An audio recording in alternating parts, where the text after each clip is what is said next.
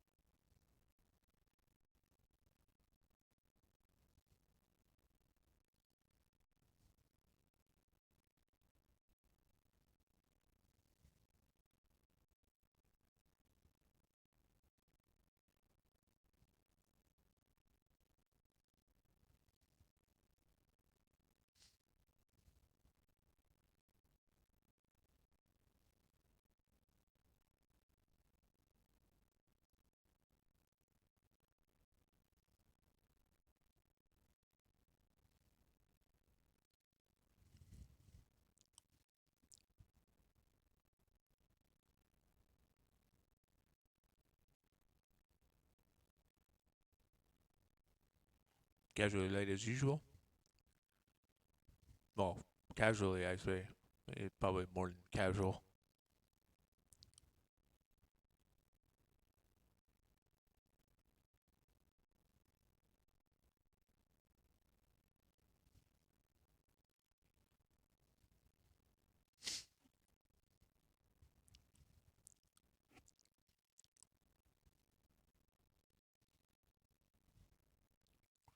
Oh, here we go.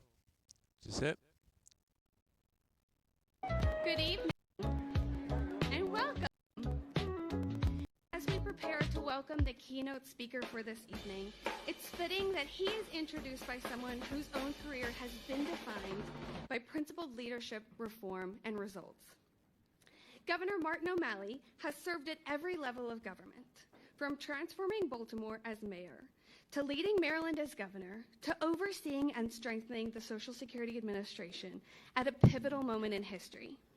But beyond the metrics, Governor O'Malley brings something rare, a fierce belief that government can and must serve the people, especially the most vulnerable among us. As chair of Accord's Advisory Board and as a national leader who shares a deep commitment to equity, access, and justice, he stands uniquely positioned to introduce a president who has spent his life advancing these very ideas. So please join me in welcoming Governor Martin O'Malley.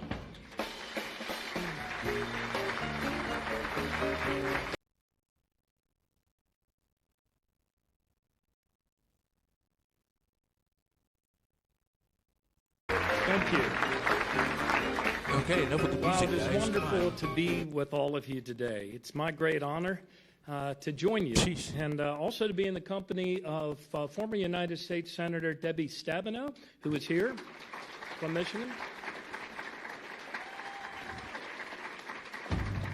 And also a big round of applause for former Senator Roy Blunt, who's watching on video from home. So it's a great honor to be here with all of you, the advocates, counselors, representatives of the disabled, to present our Beacon of Hope Award to our keynote speaker. What's with the music, and the 46th Jeez. President of the United States, excuse me. Joe Biden.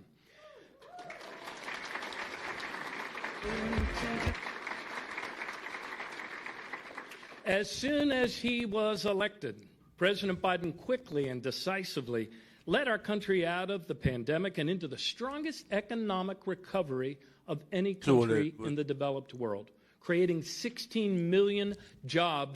So is this what they're going to do? If he starts to stumble in that too much, they're going to play him off of music?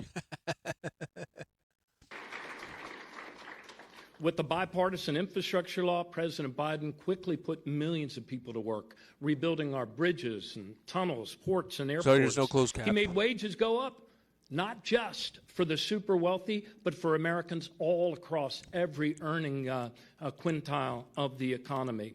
He brought manufacturing jobs back to the United States with the CHIPS Act. He made the biggest investments ever to combat climate change.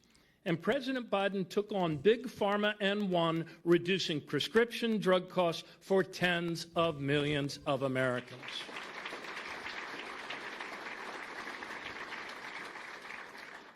In fact, President Biden built such a strong economy that it has taken a great act of economic self-sabotage to hurt it.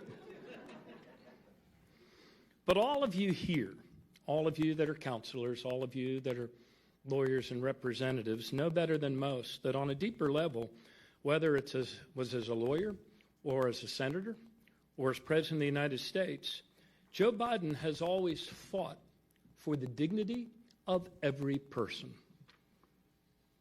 Perhaps that's why Social Security has always been at the forefront of Joe Biden's mind, and why his defense of Social Security has always come from the bottom of his Irish-American heart. The dignity of every person, the dignity of work, the dignity of every child's home, the dignity of a compassionate and caring people who would freely choose to heal the sick, to feed the hungry, to care for widows and orphans, for those in the dawn of life and those in the dusk of life, every soul. For 90 years, without ever missing a monthly benefit payment, this has been the mission of the Social Security Administration of the United States and of America. And yet, when the president asked me to lead the agency, it was not because things were going well. In fact, customer service was in a sharp decline. Wait times were going up for every line of service in this, our nation's largest insurance company, and they were going in the wrong direction fast. You see, over the prior 7 years, Congress had reduced staffing at the agency to a 50-year low, even as baby boomers of my generation swelled the ranks to a new all-time high every day. But thanks to President Biden's leadership and support, the hardworking men and women of Social Security in just 1 year turned around almost every single service metric in delivering for the American people, and they got the agency moving in a much better direction.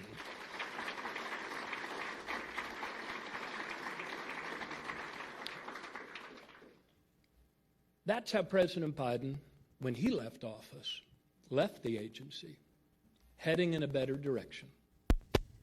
But now so many of those gains have been wiped out. And in just 45 days, Trump and Musk have gutted the Social Security Administration with a chainsaw. The largest exodus of staff the agency has ever suffered. And make no mistake about it, it's the American people who are feeling the pain. They'll feel the pain in the additional wait times. They'll feel the pain from being crammed into crowded wait rooms. They'll feel the pain from their field office being gutted and reduced by 25 or 50%. But I tell you, they may feel the pain, but they will not believe the big lies. And we've heard them again. We're hearing them right now. The big lie that there's a massive zombie apocalypse of dead people. Some of them, not only 150 years old, they're 300 years old. Not true. It's a big lie. And the reason the people won't believe it is because it's not true.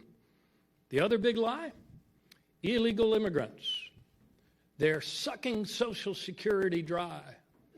When the truth is, illegal immigrants are prohibited by law from receiving any Social Security benefits.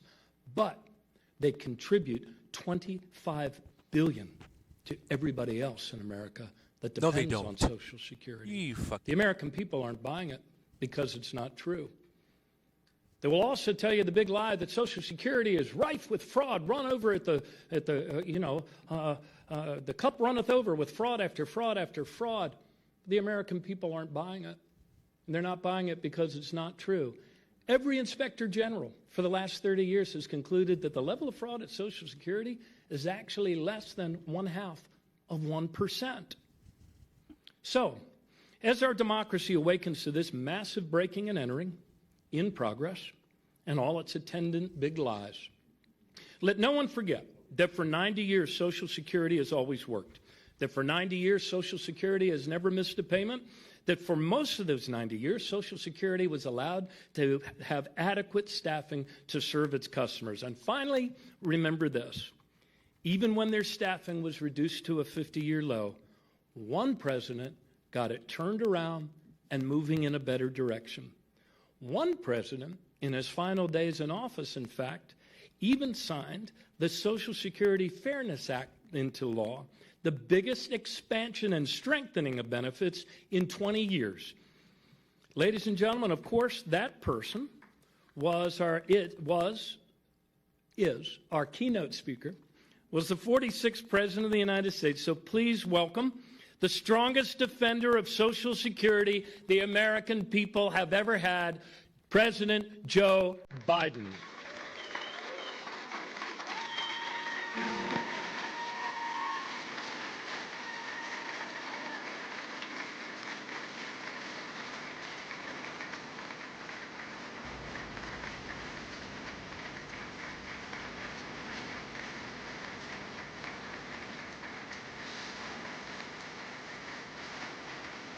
Thank you, thank you, thank you.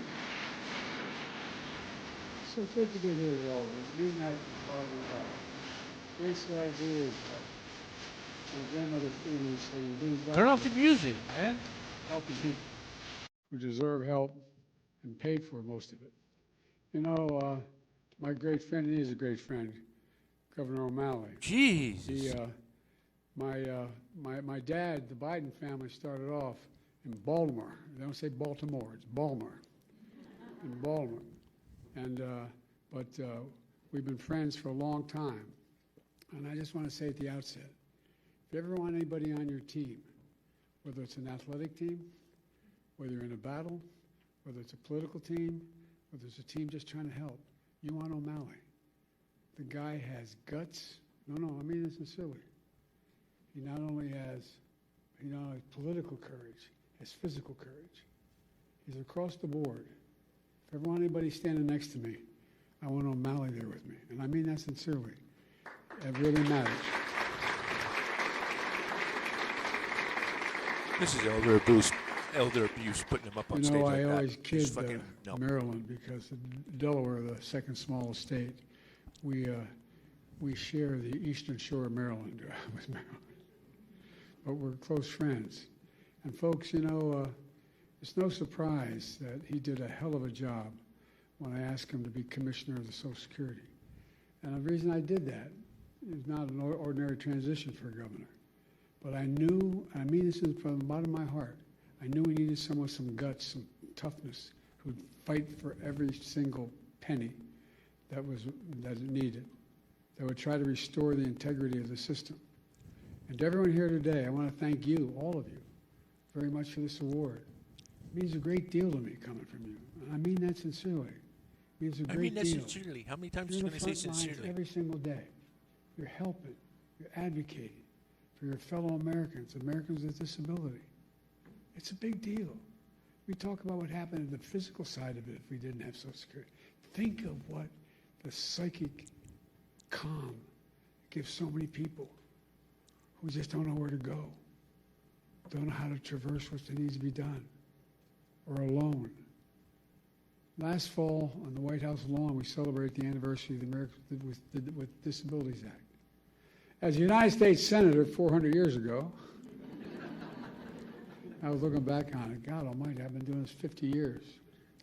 It's hell turning 4 years old, anyway. But back in the year 1990, I was the co-sponsor of the Americans with Disabilities Act as a United States Senator. In my view, and I suspect many of you, it was one of the most consequential civil rights laws in American history. That's what got me involved in politics in the first place. Delaware, like Maryland, was one of those states, was a slave state. We had all the vestiges of what was going on back in the day. We were one of those states that still, I remember moving from Scranton, Pennsylvania down to Wilmington, Delaware, and Cole died. My dad moved back to where we could get a job. And I remember I pulled into, my mom would drive us on the Philadelphia Pike connecting Wilmington and Philadelphia. And we lived in an apartment complex. and she'd drive us it was only about a half a mile to Holy Rosary School in Claymont. But it was so dangerous, she wouldn't let us walk up because of access road. I remember pulling into the parking lot, and I had never seen hardly any black people in Scranton at the time and I was only going in 4th grade. And I remember seeing the kids going by at the time called colored kids on a bus going by. They never turned right to go to Claymont High School. I wondered why. Asked my mom, why? So in Delaware, they're not allowed to go to school, in public Bullshit. school, with white kids, honey. That sparked my sense of outrage as a kid, just like it does. I mean, and these young kids right here can tell you things affect them when they learn about something that's really just unfair and unjust. You know, my dad was an honorable man. And my dad used to have an expression. He said, Joey, your job's about a lot more than a paycheck. It's about your dignity. It's about respect. It's about being able to look your kid in the eye and say, honey, it's going to be okay, and mean it. Well, that's what you're all about. That's what the legislation is about. It's about dignity. Simple dignity. Everyone deserves to be treated with dignity, regardless of their standing, regardless of their economic situation, regardless of who they are. Making sure that more than 60 million Americans who are living with disabilities are treated with dignity is who we are as Americans. That's what it's about. I mean it. Dignity at work, at school, in their communities, in every corner of American life. Laws like the ADA need advocates like you. You're the ones that keep it going, God love you. You fight like hell every single day to make sure the law is respected and your clients' rights are protected. So from the bottom of my heart, I mean this. I give you my word as a Biden. From the bottom of my heart, I say thank you. Thank you for what you're doing. Thank you for your commitment to the dignity of all Americans, because that's what ultimately this is about. Folks, today I want to talk to you about an issue that's front and center right now for millions of Americans, Social Security. You know, some of you may know the Democrats have declared today to save Social Security National Action Day, National Day of Action, I should say. We know just how much Social Security matters to people's lives. Everyone in this room fights for people with disabilities who rely on Social Security to survive. Not just the physical side, it's the mental side. It's the mental side. You make sure folks get the benefits they earn after a lifetime of hard work. The work they do is more than just a profession, what you do. It's a calling, not just a profession. And Social Security is more than a government program. It's a sacred promise. We made it a sacred promise. 73 million Americans receive Social Security. From their first paycheck for their entire life, they pay into Social Security. And in return, they count on Social Security to be for them when they're going to need it. Folks, must never, ever betray that trust or turn our backs on that obligation. That's why during my presidency, we protected Social Security and made it stronger. Martin, the governor can tell you. We came into office, Social Security Administration has lowest staffing by 2030. What are you talking about? Lowest staffing levels in 50 years. And demand was going through the roof because of my generation and the baby boom generation reaching the retirement age. So the demands on Social Security increased significantly. Our administration secured nearly $2 billion to reduce the backlogs and improve customer service. We slashed wait times for folks in need. We're calling the 1-800 number. We got it down to under 13 minutes. It used to be 3 times that long when we took office. We made it easier for people to get help with their claims online. Reduced how long it takes to review a case. We fixed the appeal system to make it uniform in all 50 states, which made a difference. We strengthened the anti-fraud measures to protect people's identities and to make sure benefits are going to people who actually they belong to. By the way, those 300-year-old folk getting that Social Security, I want to meet them because I like to figure out how they live that. Hell of a thing, man. I'm looking for longevity because it's hell when you turn 40 years old. But as a result, by the time we left office, we had improved every single line of customer service, from applying for disability to filing an appeal to reporting fraud. It all became more efficient and more effective. And I'll bet it made your jobs easier, too, in the process. Now, these achievements may not sound so glamorous to most people, but you know, they're absolutely essential. In my view, one of the most important jobs of any elected official is to make sure the government works for the people, works for all people. It's understandable. They can understand what it is. And then we keep our promises to the people, to all the people. That's exactly what we did, thanks to all of you. I also signed into law the Social Security Fairness Act.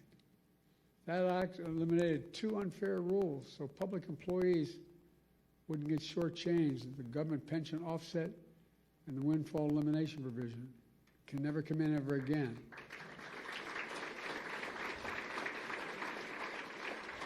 But as a result, more than 2 million people are now finally receiving the full benefits they earned. And remember, we also faced a constant threat by some members, Republican members of the Congress, to cut and gut Social Security, period. Cut and gut it, period. They wanted to let Social Security expire every 5 years. That was the proposal. Let it expire every 5 years unless reauthorized by the Congress. Who in the hell do they think they are? Every 5 years and then wait around and be... no. I will not go further or get in trouble, but look, folks. You can imagine the chaos it would have charged. Every 5 years, Congress is going to step up. You imagine this Congress stepping up? They threatened to raise the retirement age as well. Now, that might not be a hardship for someone working in a comfortable job. But if you're on your feet all day, you're doing manual labor all day, you're working with a disability, it's a very different matter. And then they even tried to force cuts on Social Security during the negotiation of the debt ceiling. These are wonderful guys. Last time this guy had the job, he raised the debt ceiling because of an enormous and profligate tax cut to the super wealthy. And then he said, look, then they started talking to his colleagues. Well, maybe we can do something about Social Security, but we got to do something about the debt ceiling. How are we going to we can find the money in Social Security? Unless we do what they wanted to cut Social Security. Not on my watch. We refuse to go along with any of that. Look, Americans have always been able to count on these benefits. So let me pause a second here and say this. We talk about the physical needs that Social Security provides for people, particularly hardworking people, people retired, people on the edge. But the psychological impact is profound. Profound.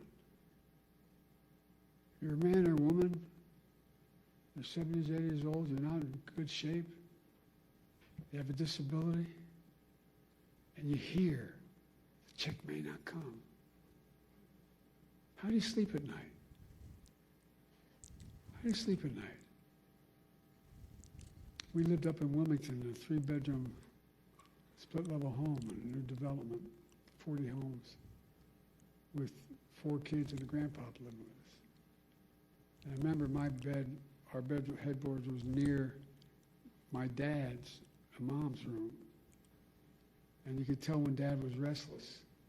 I remember asking one night my mom, what's the matter with Dad? The next morning, she just found out that that we're not going to provide insurance anymore where he works. Well, imagine if you're somebody That's all he who's does. struggling your whole life. It's ridiculous. You literally count on Social Security to buy your food, just to get by. But yeah. And you hear the threats, what may happen. Many of these beneficiaries, that's their only income. If they were cut or taken away, it'd be devastating for millions of people. And the psychological pressure we put people under by having this debate is absolutely devastating. That's why we work so damn hard to make Social Security Administration stronger than it's been in years. And that's why I asked the governor to take over, by the way. But look what's happened now.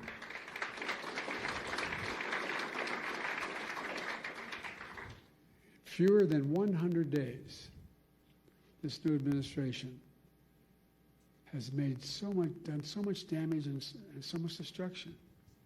It's kind of breathtaking it could happen that soon. They've taken a hatchet to the Social Security Administration, pushing an additional 7,000 employees, 7,000 out the door in that time, including the most seasoned career officials. Now they're getting ready to push thousands more out the door. Already we can see the effects. For example, thousands of people use the Social Security website every single day to check on their benefits and submit their claims. But now, the technology division of Social Security Administration has been cut in half. And so the website's crashing. People can't sign on to their accounts. What do you think it does to that woman's living alone at 74 years checking, just not able to even find out whether she can't even find out what that disability claim is she has. She can't file a new disability claim. And a lot of these people are being told incorrectly that their benefits have ended. Folks, imagine the panic that causes if you're a retiree living alone with only Social Security to depend upon. So now people are overwhelming the phone lines. They're showing up at the local Social Security office, tearful and frantic, and told, "Do you have an appointment?" In that tone, by the way. I can give you a personal example if I'm not going to them.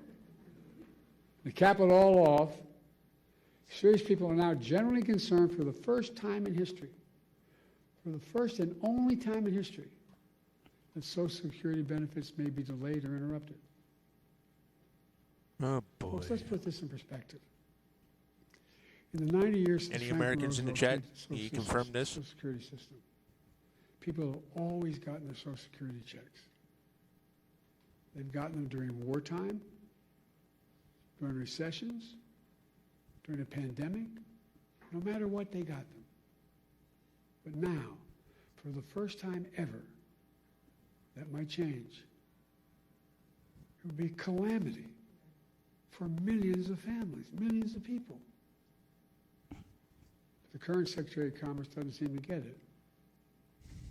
Or based on his comments, he doesn't seem to even care. Many of you saw what he said the other day. And by the way, he's a billionaire. God love him, as my mother would say. Paying 8.5% in taxes. Anyway, billionaires don't know what he's paying. But when he talked about the possibility, Well, you're worth like of Social 13 million, so what the Security fuck you complaining about, checks Joe? not going out this month, he shrugged it off. Here's what he said. He said his 94-year-old mother-in-law wouldn't complain, wouldn't bother her. She's probably a lovely woman. No kidding. Her son-in-law is a billionaire. What about that 94-year-old mother living all by herself? Doesn't have a billionaire in the family. Or all the retirees who depend on that monthly check to feed themselves. All those people with disabilities have no other source. What about all those people? That's who you fight for. So they so desperately need you. folks, it's not just the Secretary of Commerce. We heard how others, empowered and emboldened by this administration, talk about Social Security. One of them called it a Ponzi scheme. A Ponzi scheme? What the hell are they talking about? People earn these benefits. They paid into that benefit. They rely on that benefit. And no one should take it away. You know, Franklin Roosevelt had a different view. He was president coming out of the Great Depression. He and all his colleagues saw great suffering, so much poverty. He also took steps to raise standard of living for ordinary Americans, including creating Social Security. He himself was from a very wealthy family. He didn't need Social Security, but understood how much it would mean to millions of Americans. He knew it would make America stronger in the process, and it has. Makes our economy stronger. And it's made a bunch Makes of the welfare community babies. stronger. What the fuck are you talking about? Makes families stronger. Gives peace of mind. That's why the vast majority of Americans, including many wealthy Americans, still support, thank God, Social Security. And very wealthy billionaires still support Social Security. They may not rely on themselves, but they know. Social Security deserves to be protected for the good of the nation as a whole. He's not touching Social Security, you And you fucking...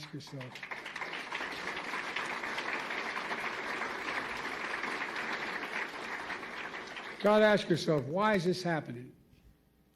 Why are these guys taking aim at Social Security now? Well, they're following that old line from tech startups. The quote is, move fast, break things. Well, they're certainly breaking things. They're shooting first and aiming later. And as a result, the result is a lot of needless pain and sleepless nights.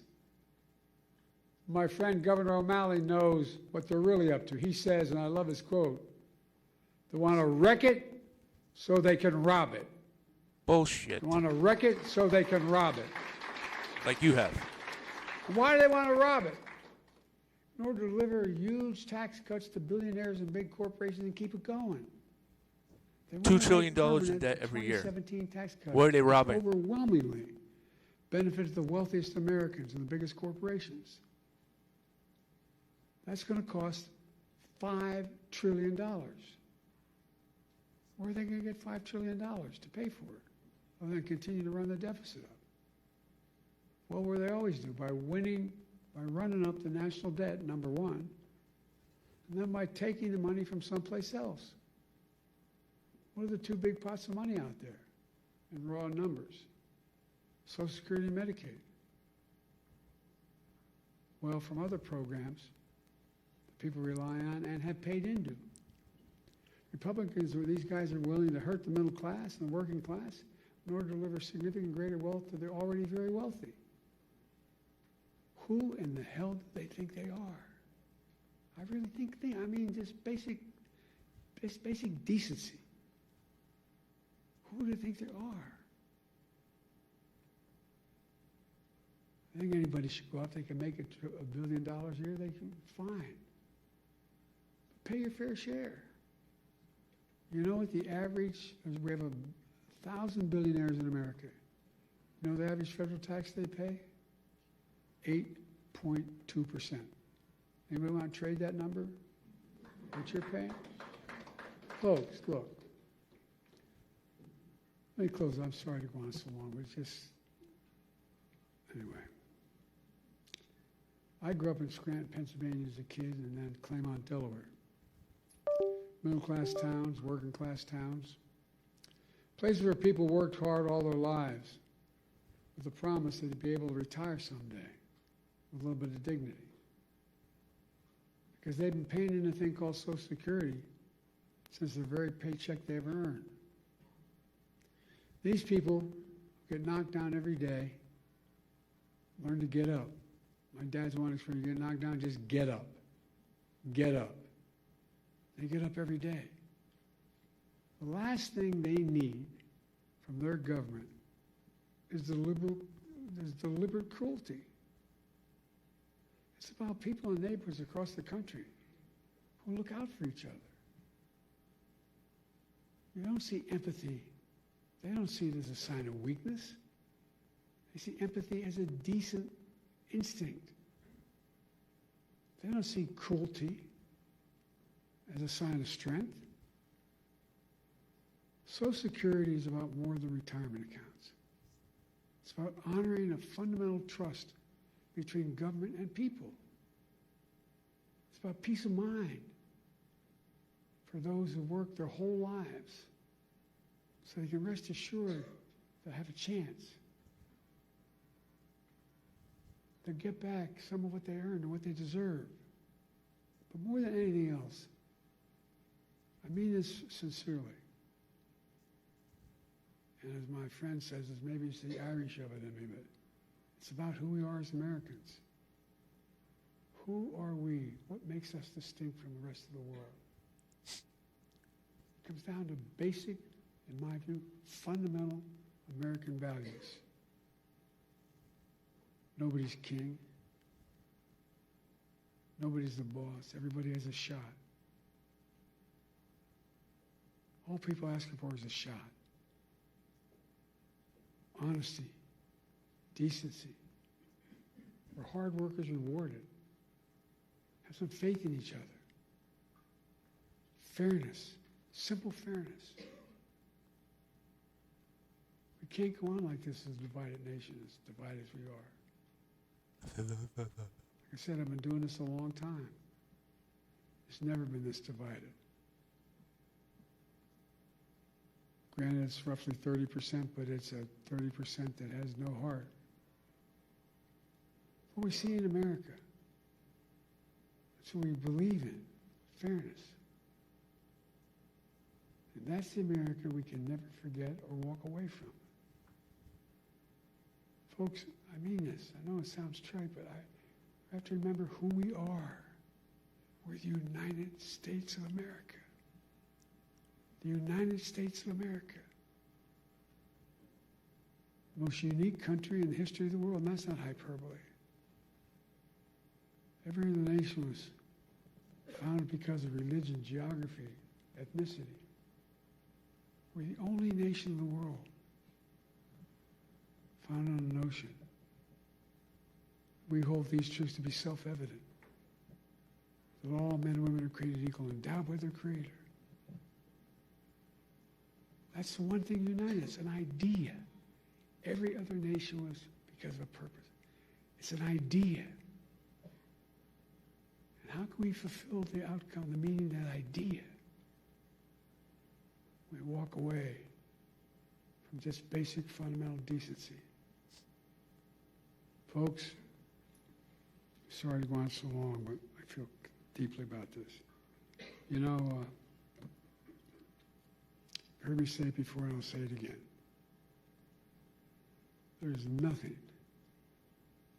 beyond the capacity of America to do when we do it together.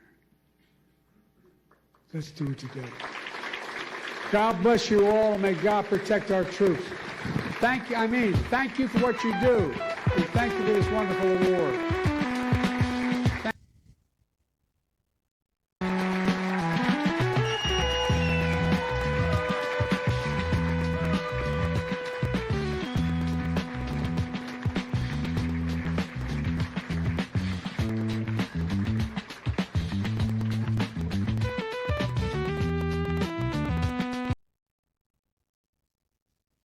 Wow.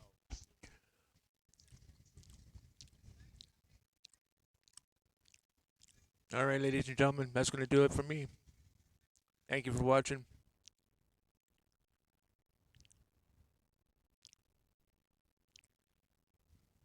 That's crazy. All right. Well, good night, ladies and gentlemen. We'll see you next time. Mexican Cargo 7 signing off. Guys, further gone than I thought. Anyway, we'll see you later.